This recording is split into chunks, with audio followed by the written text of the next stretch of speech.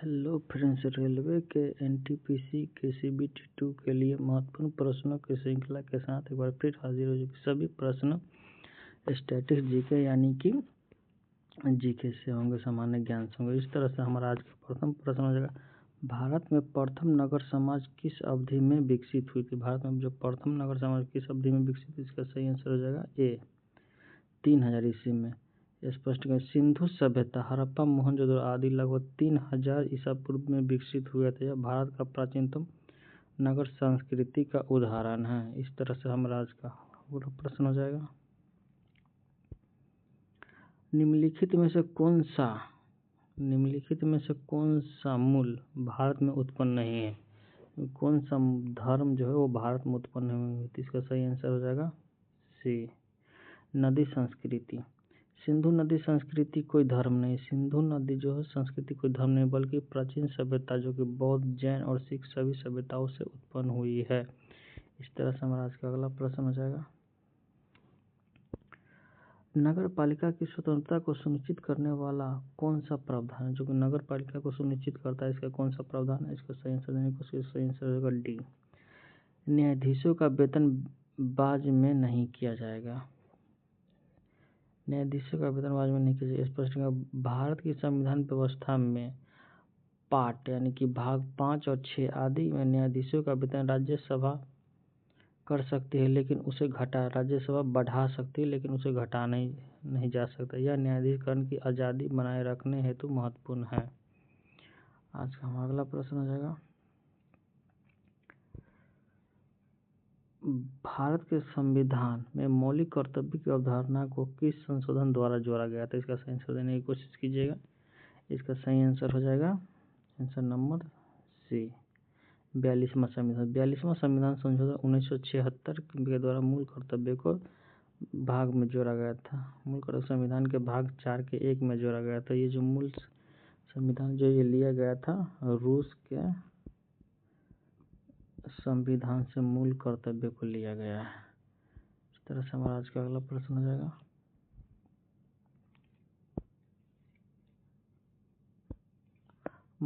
मानव अधिकारों की अवधारणा को अधिक व्यापक रूप से देने वाला कौन सा वैश्विक दस्तावेज है। इसका सही आंसर हो जाएगा B, universal declaration of human rights, UNDP-HRD होता है।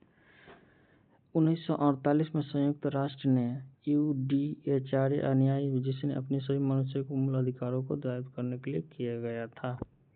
ये 1948 में गठित किया गया था। परीक्षा में पूछा जाता है। इस तरह से हमारा अगला प्रश्न हो जाएगा, भूमि सुधार नीति का मुख्य उद्देश्य क्या है। भूमि सुधार नीति है, उसका मुख्य उद्देश्य क्या है। इसका सही आंसर देने को इसका सही आंसर हो जाएगा आंसर नंबर बी।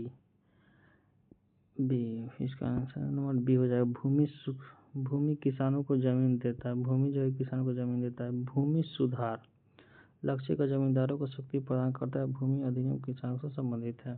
अगर प्रश्न का कंटेंट अगर अच्छा लग रहा है तो लाइक और सब्सक्राइब जरूर कीजिएगा नेक्स्ट, ताकि आपको नेक्स्ट वीडियो की जानकारी आपको जल्दी ही मिल सके। भारत पाकिस्तान विभाजन की योजना को किस नाम से जाना जाता है। भारत पाकिस्तान योजना को किस नाम से जाना जाता है। इसका सही आंसर हो जाएगा आंसर नंबर ए, लॉर्ड माउंटबेटन योजना को भारत पाकिस्तान विभाजन की मान्यता। 1947 में माउंटबेटन विभाजन की रूपरेखा थी, जिसे भारत पाक विभाजन माना जाता है।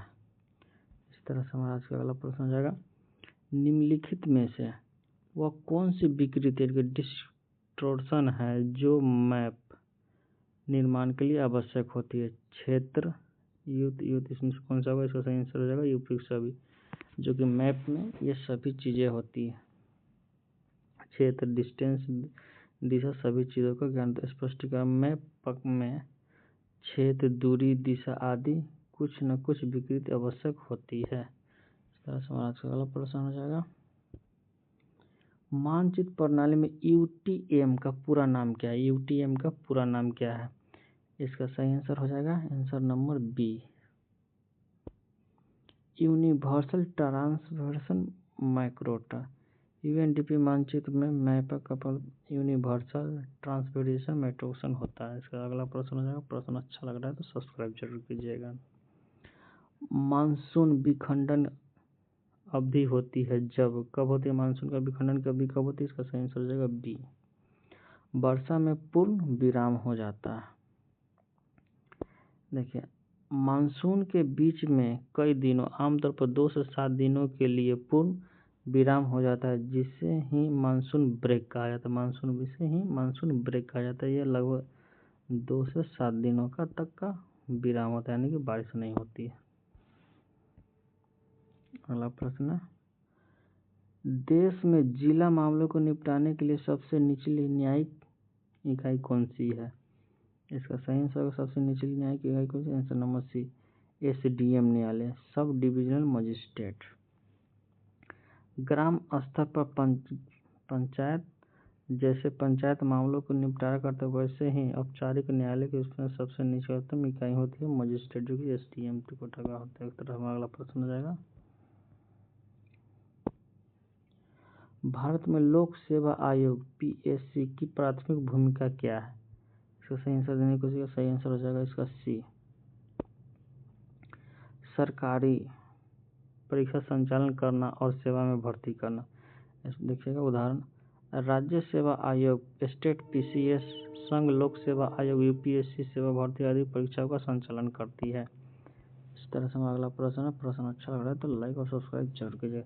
धार्मिक बहुलता क्या है, इसका सही आंसर हो जाएगा, धार्मिक बहुलता हो जाएगी, धार्मिक विविधता को ही धार्मिक बहुलता कहा जाता है। बहुलता का अर्थ विविधता होता है। धार्मिक बहुलता तात्पर्य है कि धर्मों का साधारण, इसमें कोई भी धर्म को मान्यता नहीं दी जाती, सभी धर्मों को समान मान्यता होता है। इस तरह से हमारा आज का अगला प्रश्न हो जाएगा, भारत की राष्ट्रीय पर्यावरण नीति एनईपी का वर्ष कौन सा है, इसका सही आंसर हो जाएगा आंसर नंबर बी, 1992। भारत की पहली राष्ट्रीय वन्य नीति नेशनल इन्वायरमेंटल पॉल्यूशन वर्ष 1992 में गठित की गई थी। इस तरह से हमारा आज का अगला प्रश्न हो जाएगा, मानव आध्यात्मिक सिद्धांत शब्द किस संदर्भ में है, इसका सही आंसर हो जाएगा आंसर नंबर ए, वह युग मनुष्य ने पृथ्वी पर प्राकृतिक संसाधनों का अत्यधिक उपयोग किया है। उदाहरण, ऑर्थोग्राफी शब्द का विचार आधारित कि मनुष्य ने पृथ्वी पर पारिस्थितिकी तंत्र में ऐसा बदलाव किया कि एक नया भूविज्ञान शुरू हो गया। इस तरह से हमारा प्रश्न हो जाएगा, तुष्टीकरण की नीति यानी कि तुष्टीकरण की नीति किसने अपनाई थी, एक्सपेरिमेंट पॉलिसी किसने अपनाई, इसका सही आंसर हो जाएगा आंसर नंबर ए, कर्जन ने। ब्रिटिश प्रधानमंत्री यहाँ पे ब्रिटिश प्रधानमंत्री नहीं होगा, ये ब्रिटिश गवर्नर जनरल होगा। ब्रिटिश गवर्नर जनरल ने 1930 के दशक में जर्मनी तथा अन्य देशों के मिशन को नीति को अपनाया। यह तथाकथित युद्ध का परिणाम था। इस तरह से हमारा अगला प्रश्न हो जाएगा, भारत में मानव विकास सूचकांक तैयार करने वाली संस्था कौन सी है, याद रखिएगा ये भारत में है। भारत में कौन सी हो जाएगा, ए, संयुक्त राष्ट्र विकास कार्यक्रम, यानी कि भारत में हो या इंटरनेशनल लेवल पर ये सभी का मानवीय विकास सूचकांक यही जारी करता है, यूएनडीपी, संयुक्त राष्ट्र विकास यानी कि यूनाइटेड नेशन डेवलपमेंट प्रोग्राम, ये सभी जगह का यही करता है। उदाहरण, ह्यूमन डेवलपमेंट इंडेक्स को यूएनडीपी द्वारा तैयार किया जाता है, जिसमें जीवन प्रत्याशी, शिक्षा स्तर या अधिकार सीमा को शामिल किया जाता है। इस तरह से हमारा अगला प्रश्न हो जाएगा, लोकतांत्रिक परिषद का सिद्धांत विचारक कौन सा है, इसका सही आंसर हो जाएगा answer number A, Tocqueville. Alexander the Tocqueville ने लोकतांत्रिक सामाजिक प्रतिनिधित्व एवं नागरिक शामिलों पर विचार किया। प्रतिनिधित्व जागरूक धारणा को लोकतांत्रिक बनाने को मान्यता दी गई। इस तरह से हमारा अगला प्रश्न हो जाएगा, नीति आयोग की स्थापना किस वर्ष हुई थी, इसका सही आंसर देने की कोशिश कीजिएगा, ये बहुत सिंपल क्वेश्चन है, 2015 में। नीति आयोग 1 जनवरी 2015 से नेशनल पॉलिसी कमीशन के स्थान पर आया, यानी कि पहले योजना आयोग जो था, ये योजना आयोग की जगह पे नीति आयोग आया। नीति आयोग का फुल फॉर्म होता है नेशनल इंस्टीट्यूट ट्रांसफॉर्मिंग इंडिया होता है, परीक्षाओं में पूछी जाती है। इसे प्रधानमंत्री नरेंद्र मोदी ने लागू किया था। अगला प्रश्न आ जाएगा, भारतीय पंचायती व्यवस्था की अवधारणा को संविधान में जोड़ने वाला कौन सा संशोधन था? इसका सही आंसर हो जाएगा 73वां संशोधन। 73वां संविधान संशोधन 1992 ने पंचायती को संवैधानिक दर्जा प्रदान किया, स्थानीय स्वतंत्रता का उत्पादन किया। 73वां संविधान 1974, याद रखिएगा। 74वां संविधान संशोधन है, ये नगर पालिका से है। ये भी 1992 में ही गठित हुआ था, ये नगर पालिका से है। अगला प्रश्न आ जाएगा, प्रश्न अच्छा लग रहा है सब्सक्राइब जरूर कीजिएगा। इस तरह से हमारा अगला प्रश्न आ जाएगा, कुपोषण मापने के लिए निम्नलिखित में से कौन सा सूचकांक उपयोग में किया जाता है? कुपोषण मापने के लिए कौन सा उपयोग किया जाता है? इसका सही आंसर हो जाएगा आंसर नंबर सी, बच्चों का वजन, लंबाई और का अनुपात, वेट फॉर हेल्थ। इस देखिएगा, बच्चा का वजन और लंबाई का अनुपात। कुपोषण को मापने के लिए वजन, लंबाई का अनुपात, लंबाई, आयु का अनुपात, सेटिंग, शारीरिक दुर्व्यवस्था को भी मापा जाता है। इस तरह से हमारा अगला प्रश्न हो जाएगा 25 प्रश्नों की श्रृंखला, जिसमें से आप देखिए ट्राई कीजिएगा कि इसमें कितना प्रश्न आपने सही किया। भारत में राष्ट्रीय शिक्षा नीति का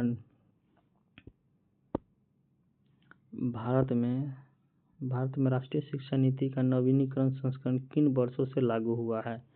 इसका सही आंसर हो जाएगा आंसर नंबर डी, 2020 से लागू हुआ है। 2020 में नई शिक्षा नीति NEP नेशनल एजुकेशन प्रोग्राम 2020 ने अपनाई, जो पुरानी शिक्षा नीति को प्रतिस्थापित करेगी। इस तरह से हमारा अगला प्रश्न हो जाएगा, निक्षेप निर्धारणता अवधारणा किस अर्थव्यवस्था से जुड़ी हुई है? इसका सही आंसर देने को इसका सही आंसर हो जाएगा डी, विश्व बैंक से। विश्व बैंक और अन्य आंतरिक संस्थाओं ने निश्चित बेरोजगारी रेखा है, जैसे बेरोजगारी रेखा के लिए कितना है $1.9 दिन तय किया। यह निर्धारण की ऐसी सीमा है जो आधारभूत आवश्यकताओं को पूरी करने के लिए आवश्यक होती है। ये ध्यान दीजिएगा, विश्व बैंक जो है, विश्व बैंक मतलब निर्धारणता के लिए $1.9 में ही है ये। इससे अगर जो कम को जो कमाता है उसको निर्धन माना जाएगा, यानी कि गरीब माना जाता है। इस तरह से हमारा अगला प्रश्न हो जाएगा और ये हमारा टॉपिक का आखिरी प्रश्न हो जाएगा, लोकपाल और लोक आयुक्त अधिनियम 2013 का मुख्य उद्देश्य क्या था? इसका सही आंसर होगा बी, भ्रष्टाचार विरोधी प्राधिकरण को स्थापित करना। लेकिन आजकल सरकार में ऐसा कुछ है ही नहीं, ज़्यादा भ्रष्ट लोग ही सरकार में है। वॉशिंग मशीन वाली फैसिलिटी चल रहा है, सब सभी को लोगों को पता ही है। लोकपाल लोक आयुक्त 2013 का उद्देश्य केंद्र राज्य स्तर पर लोकपाल लोकायुक्त की नियुक्ति करना, जो भ्रष्टाचार से विरोधी है। अन्ना हजारे के देन से ही ऐसा सब चीज़ आया था। इस तरह से आज का हमारा सीरीज यहीं पे समाप्त होगा। प्रश्न अच्छा लगे तो लाइक और सब्सक्राइब जरूर कीजिएगा। धन्यवाद। नेक्स्ट प्रश्नों के लिए।